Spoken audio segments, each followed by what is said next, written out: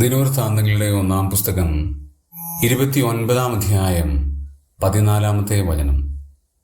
എന്നാൽ ഞങ്ങൾ ഇങ്ങനെ ഇത്ര മനഃപൂർവ്വമായി ദാനം ചെയ്യേണ്ടതിന് പ്രാപ്തരാകുവാൻ ഞാൻ ആര്? എൻ്റെ ജനവും എന്തുള്ളൂ? സകലവും നിന്നിൽ നിന്നല്ലോ വരുന്നത്.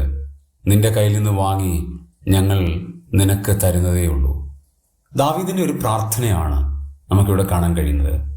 ദാവീദ് ദൈവത്തോട് പ്രാർത്ഥിക്കുന്നത്, ദൈവമേ, ഞങ്ങൾ ദൈവനാമത്തിനു വേണ്ടി കൊടുക്കുന്നത്, ദൈവരാജ്യത്തിനു വേണ്ടി കൊടുക്കുന്നത്, ആ യഹോവയുടെ ആലയം പണിയാൻ വേണ്ടി കൊടുക്കുന്നത്, ഞങ്ങൾ എന്തെങ്കിലും പ്രയത്നിച്ചതുകൊണ്ട് ലഭിച്ചു എന്നതിനേക്കാൾ സകലവും നിന്റെ കയ്യിൽ നിന്ന് വരുന്നു. അത് ഞങ്ങൾ വാങ്ങി അങ്ങയ്ക്ക് തരുന്നു എന്ന് മാത്രമേ ഉള്ളൂ. ഞങ്ങൾ കേവലം ഒരു മധ്യസ്ഥന്റെ റോൾ മാത്രമാണ് നിർവഹിക്കുന്നത്.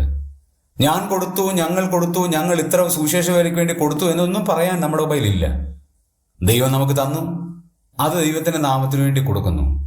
ദൈവം എനിക്ക് തന്നു, അത് ഞാൻ ദൈവരാജ്യത്തിന് വേണ്ടി കൊടുക്കുന്നു. അല്ലാതെ വേറെ എന്താണ് അവകാശപ്പെടുവാനായിട്ടുള്ളത്? നമ്മുടെ എന്തെങ്കിലും യോഗ്യതകളുണ്ടോ? നമ്മുടെ എന്തെങ്കിലും പദവികളുണ്ടോ? പ്രിയമുള്ളവർ, ഈ ആത്മീയ ദർശനം ദാവീദിനുണ്ടാകുക എന്നുള്ളത്, ശലോമോൻ ഉണ്ടാകുക എന്നുള്ളത് എത്ര അർത്ഥവത്തായ കാര്യമാണ്. ദാവീദിന്റെ പ്രാർത്ഥനയിൽ ദാവീദിന്റെ കാഴ്ചപ്പാട് നമുക്ക് കാണാൻ കഴിയും.